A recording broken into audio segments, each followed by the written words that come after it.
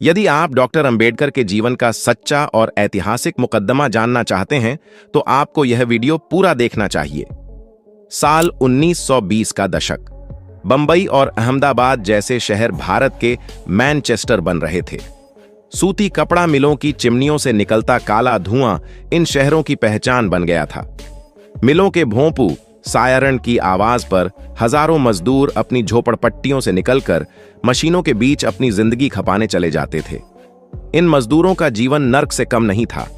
12 से 14 घंटे की शिफ्ट, हवा और रोशनी से वंचित कारखाने, जानलेवा मशीनें और नाम मात्र की पगार। उस समय मिल मालिकों का एकमात्र उद्देश्य मुनाफा कमाना था। मजदूर उनके लिए इंसान नहीं बल्कि मशीनों के कलपुर्जे मात्र थे।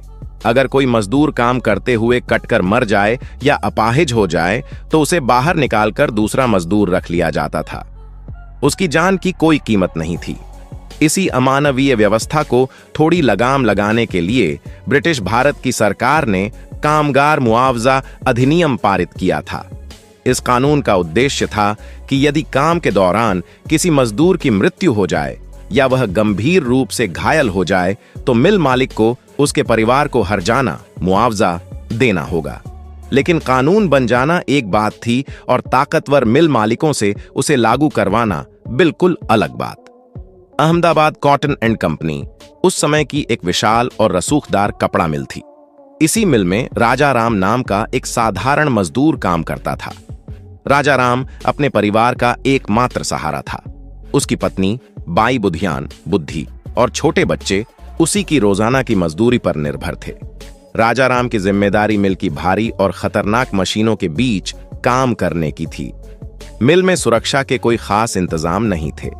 एक मनहूस दिन जब राजा राम अपनी ड्यूटी पर था और मशीन पर काम कर रहा था, तभी एक भयानक दुर्घटना घटी। तेज रफ्तार से चलती मशीनों के पट्टों और गियर के बीच राजा राम आ गया।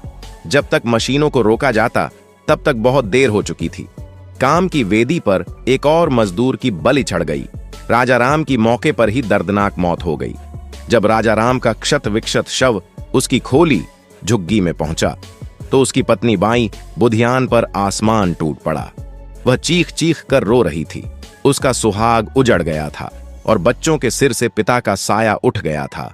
लेकिन इस भावनात्मक त्रासदी के साथ साथ एक भयानक आर्थिक त्रासदी भी उसके सामने मुंह बाएं खड़ी थी।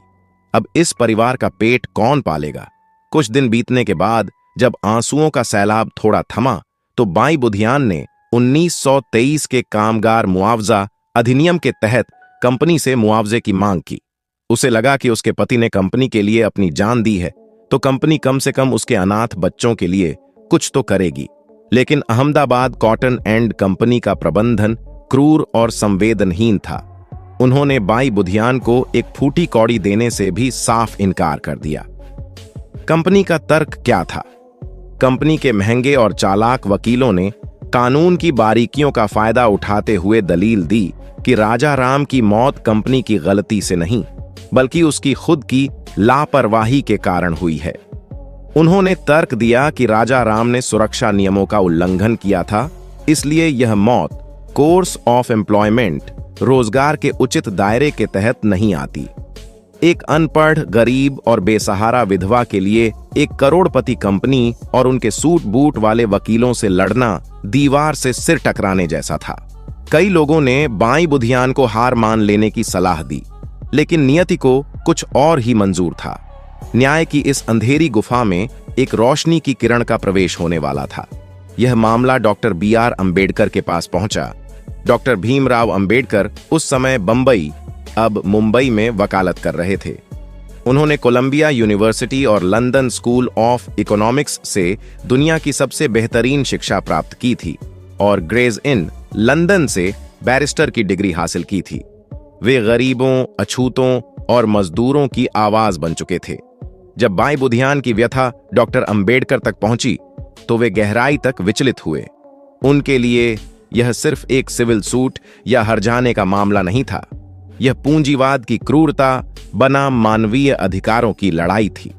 यह उस कानून के परीक्षण का भी समय था जिसे बने अभी केवल 4 साल ही हुए थे। डॉक्टर अंबेडकर ने बिना किसी भारी फीस की परवाह किए बाई बुधियान राजाराम का केस लड़ने का फैसला किया। उन्होंने केस की फाइलों का गहराई से अध्ययन किया, कारखाने की कार्यप्रणाली को समझा और ब्रिटिश व भारतीय कानून के हर पहलू को खंगाला। अदालत का कमरा खचाखच भरा हुआ था।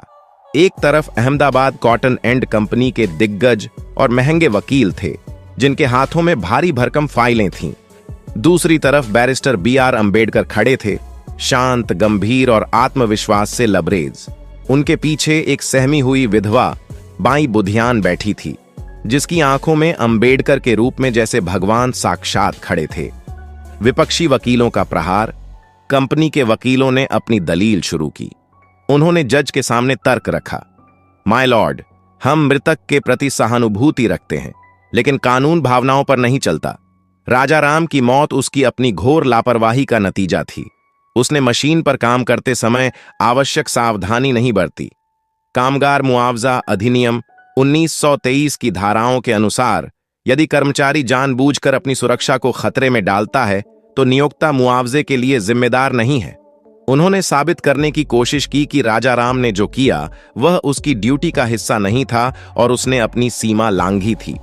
डॉक्टर अंबेडकर की ऐतिहासिक जिरह। अब बारी डॉक्टर अंबेडकर की थी। कोर्ट रूम में सन्नाटा छा गया। डॉक्टर अंबेडकर ने अपनी अचूक तार्किक क्षमता और कानून के गहरे ज्ञान के साथ अपनी बात रखनी शुरू की। उन्होंने जज को संबोधित करते हुए कहा, माय लॉर्ड, विपक्षी वकील यह भूल रहे हैं कि एक गरीब मजदूर जो दिन के 12 से 14 घंटे मशीन की तरह काम करता है, उसकी लापरवाही और कारखाने की खतरनाक प्रकृति के बीच एक बहुत बारीक रेखा होती है। क्या मशीनें पूरी तरह सुरक्षित थीं? क्या कंपनी ने ऐसी अचूक सुरक्षा व्यवस्था की थी कि कोई दुर्घटना हो ही न सके? डॉक्टर अंबेडकर ने 1923 के अधिनियम की मूल भावना की व्याख्या की। उन्होंने ब्रिटिश कोर्ट्स के पुराने फैसलों का हवाला देते हुए साबित किया कि रोजगार के दौरान जब दुर्घटना हुई तब राजाराम कारखाने की सीमा के भीतर था और वह जो भी कर रहा था वह कंपनी के उत्पादन को बढ़ाने या काम को सुचारू रखने के लिए ही कर रहा था, न कि अपने किसी निजी स्वार्थ के लिए। दायित्व। अधिनियम का उद्देश्य मजदूरों को औद्योगिक खतरों से बचाना है। यह मान लेना कि मजदूर जानबूझकर अपनी जान जोखिम में डालेगा अमानवीय और अतार्किक है। जो कुछ हुआ वह कार्यस्थल के अंतर्निहित जोखिम का हिस्सा था। डॉक्टर अंबेडकर ने कोर्ट को यह समझाया कि यदि मिल मालिक मुनाफे का पूरा हिस्सा लेते हैं तो उस मुनाफे को पैदा करने वाली मशीनरी से होने वाले नुकसान, मजदूर की जान की आर्थिक जिम्मेदारी भी मिल मालिकों को ही उठानी होगी। यह महज एक कानूनी बहस नहीं है, यह एक सामाजिक न्याय का प्रश्न है। अंबेडकर के इन शब्दों ने कोर्ट रूम में बैठे हर व्यक्ति को झकझोर कर रख दिया। उन्होंने साबित कर दिया कि राजाराम की मौत के लिए उसकी लापरवाही नहीं, बल्कि वह व्यवस्था और कार्य स्थितियां जिम्मेदार थीं जिन्हें कंपनी ने बनाया था।